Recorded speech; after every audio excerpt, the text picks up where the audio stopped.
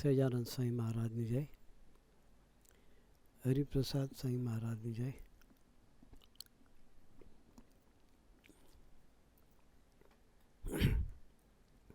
આત્મીય સમાજની જય જય જય.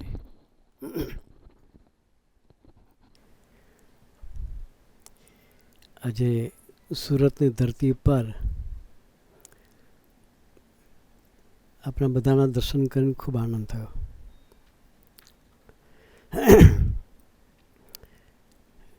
કૃષ્ણભાઈએ વાત કરી, બહુ મનની અને યાદ રાખવા જેવી વાત કરી કે સૌથી વધારે જો નડતી હોય કોઈ ચીજ તો એ છે પોતાનો ઈગો.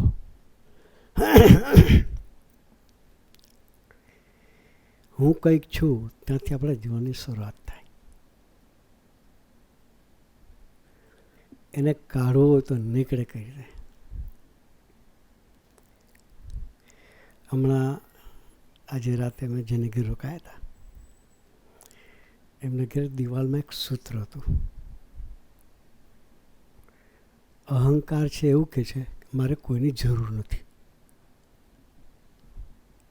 અહંકાર એવું કહે છે મારે કોઈની જરૂર નથી. અનુભવ એવું કહે છે કે ધૂળની પણ જરૂર છે. ધૂળ પણ ચોમાસામાં ખાડા પડે ને તો પૂરવા ચાલે. અહંકારથી ખાડા ના પૂરાય. અહંકારથી ખાડા વધે, ઘટે નહીં. એટલે આપણે એમ કે મને બધા વગર ચાલે એવું છે. આપણા વગર બધાને ચાલે એવું છે, બધા વગર આપણે ચાલવું નથી.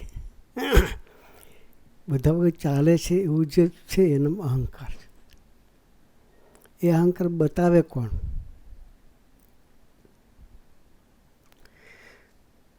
કોઈ કોઈના અહંકારની વાત કરી શકે નહીં, જમાડતું નથી. હું એમ કહું કે ગુરુપ્રસાદ સ્વામી આ ભૂલ કરી હોય પણ છતાં મારે કેવું હોય તો હિંમત ના ચાલે. કારણ કે થશે કે ખોટું લાગશે તો શું થાય?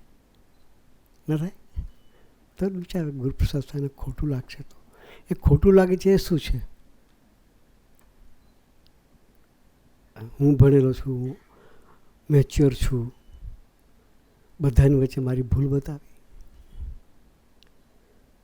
એ અહંકાર છે. એ અહંકાર ઓળખાય એના માટે સત્સંગ. ઓળખાયા પછી ટાળવા માટે આ સંતોની સાથેની જે ગોદ હોય ને એ નિરંતર આપણને જાગૃત રાખે. ક્યાં આપણે ભૂલ કરીએ છીએ અને ક્યાં આપણને માર પડે છે એ વસ્તુ સંતનો સમાગમમાં પણ કામ લાગે. આપણે એટલા બધા બેઠા છીએ, આ ફોટોગ્રાફી ચાલે છે. મારી પાસે ફોટો આવ્યો તો ફોટામાં હું કોને શોધીશ? રમેશભાઈનો શોધીશ કે વિજયભાઈનો શોધીશ? દરેક આપણે પોતે વિચારીએ કે હું શોધીશ કોને? હું મારી જાતને શોધીશ કે મારો ફોટો કેવો આવ્યો છે. મારો ફોટો કેવો આવ્યો છે. આખું ગ્રુપ છે, આટલું બધું ગ્રુપની વચ્ચે ફોટો પાડ્યો હોય, આપણો આખો ફોટોના ખાલી કાન આવ્યો ને તો આ કાન મારો છે. આખો ફોટો ના આવ્યો કદાચ ને સામાન્ય કાન જ દેખાતો હોય તો પકડી પાડે આ કાન મારો છે. એટલા બધા અહંકારથી આપણે જીવીએ છીએ. તો એ અહંકારમાંથી કાઢવાનો રસ્તો કોઈ ખરો? કૃષ્ણભાઈએ સરસ વાત કરી. હું તો સાંભળ્યા કરવાનું મન થતું હતું. આ હજુ ચલાવે તો સારું, કંઈક મળે એવું છે એમાંથી. 3Dની વાત કરી. ડાયવર્ઝન. અમે ગઈ સાલ અમેરિકા કેનેડામાં એક શિબિર કરેલી, પરિવાર શિબિર. 4000 જેટલા પરિવારના સભ્યો ભેગા થયેલા. એટલા અમેરિકાની ધરતી પર 4000 જેટલા. એનું થીમ હતું ડાયવર્ઝન ટુ ડેસ્ટિનેશન. કયું થીમ હતું? Diversion to destination. આજની યુવાનીની વાત કરી.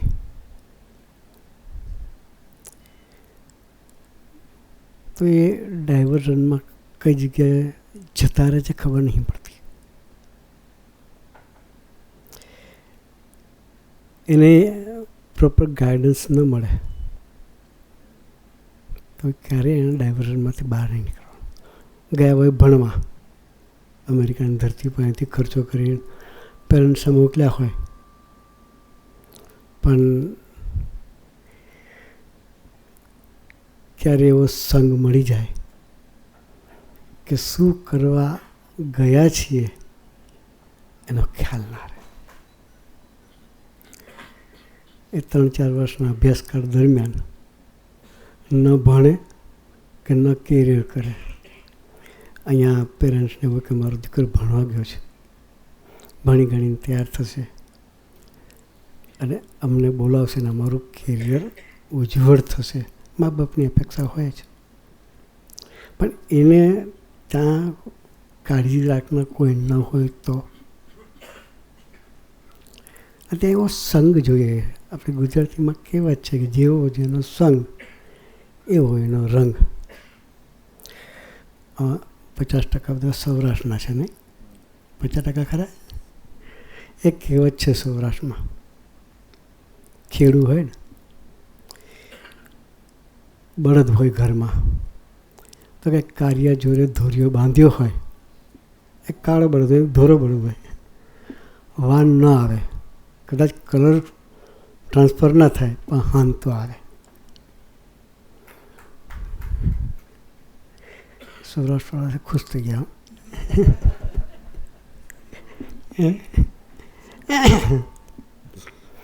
એટલે કેવો સંગ રાખવો એ ઇમ્પોર્ટન્ટ વસ્તુ છે.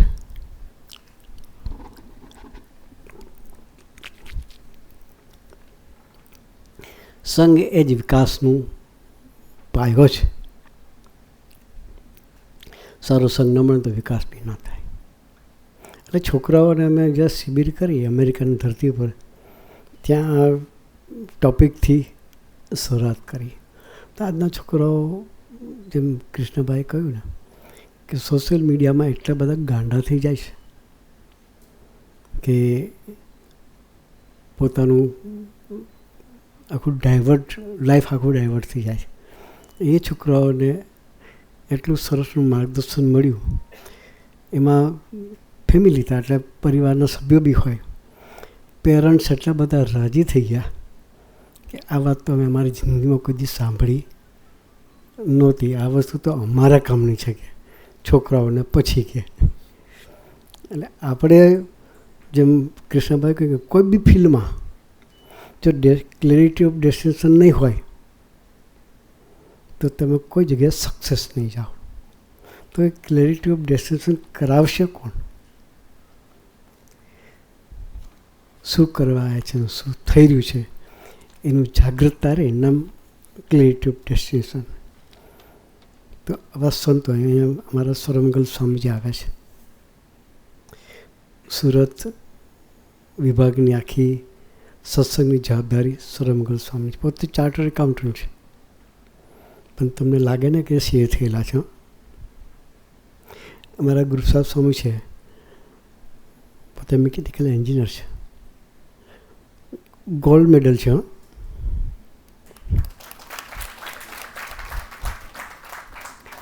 પણ છતાં એ યુવકો આગળ ડાઉન ટુ અર્થ થઈને જીવે છે. ડાઉન ટુ અર્થ ક્યારે થવાય?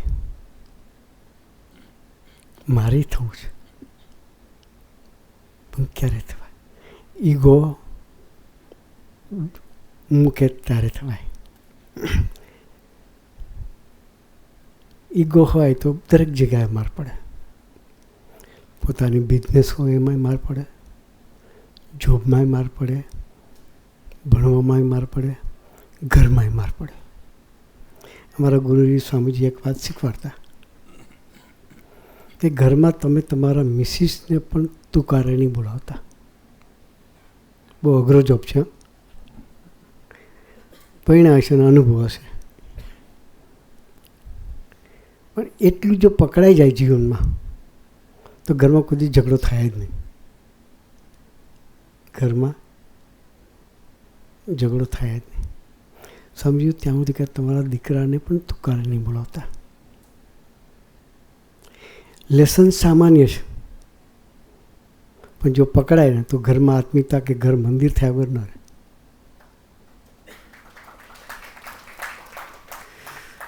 એટલે આપણે બધાએ ઘરને મંદિર કરવું છે. ઘરને મંદિર. ઘરમાં સાસુ વહુના ઝઘડા થાય શાન માટે થાય? ઈગો. શાન માટે થાય? ઈગો. સાસુને હોય કે હું વહુને ટ્રેન કરું, વહુને ટ્રેન કરું, એની રીતે ના ચાલે, આ વસ્તુ અહીં કેમ મૂકી, અહીં મૂકવી જોઈએ, એટલો જ પ્રશ્ન હોય. કેટલો હોય? આ જગ્યાએ આ વસ્તુ હતી અહીં કેમ મૂકી તે મને પૂછવું જોઈએ.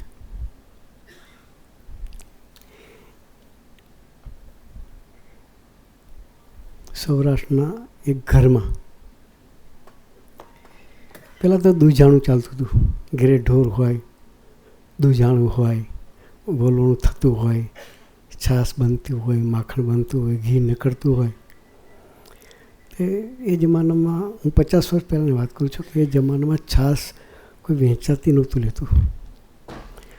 મારે ઘેર છાશ થતી હોય તો બાજુવાળાને ગમે ત્યારે જરૂર તો લઈ જાય. એટલે એવા રિલેશન હતા. વાટકી વ્યવહાર શું કહે તમારે કાઠિયાવાડમાં? કંઈક બન્યું હોય તો બાજુની ઘેર વાટકી લઈને આપવા જઈએ. એ વાટકી વ્યવહાર લાગે સામાન્ય, પણ પરિવારને જોડે છે. એકબીજા પરિવારને એ વાટકી વ્યવહાર જોડે છે. તો બધા વ્યવહાર તૂટી ગયા. બાજુવાળો કોણ છે ખબર નહીં હોતી, બાજુમાં પાડોશી કોણ છે જ ખબર નહીં હોતી. એટલે એ આખું વાતાવરણ, આખું જે સંસ્કૃતિ હતી આખી જતી રહી છે. એટલે સાસુ બા બેઠા હતા અને તે દિવસ કે વલોણું નહીં કર્યું હોય, કોઈ છાશ લેવા આવ્યું તો વહુએ કહ્યું કે છાશ નથી.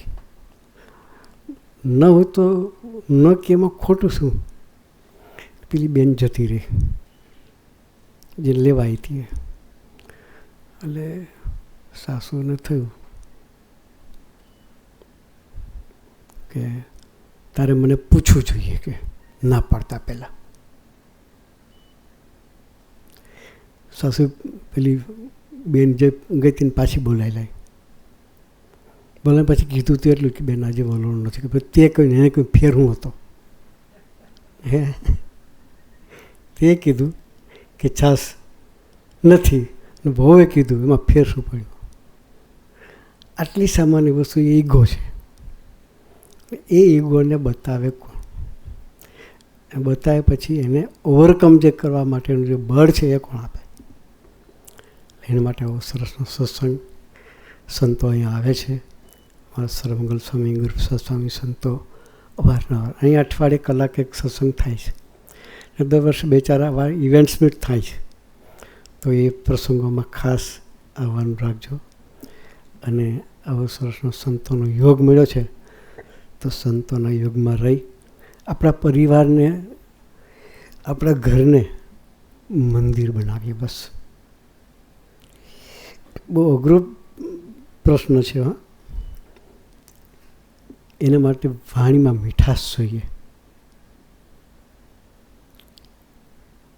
જો મીઠાશ ના હોય ને તો ઝઘડા સિવાય કોઈ ચીજ ના હોય. એટલે આપણે એવી મીઠાશ આવા સંતોના યોગે કરીને આપણે કેળવી છે. તો સરસનો સંતોનો યોગ છે. સર્વમંગલ સ્વામી આવે છે, ગુરુપ્રસાદ સ્વામી જેવા સંતો આવે છે, એમની સાથે મૈત્રી કરી અને આપણા ઘરને મંદિર બનાવીએ, પરિવારને મંદિર બનાવીએ. એ માટે ગુરુહરિ આપણને સૌને બુદ્ધિયોગ આપે, એ જ પ્રાર્થના સહજાનંદ સ્વામી મહારાજની.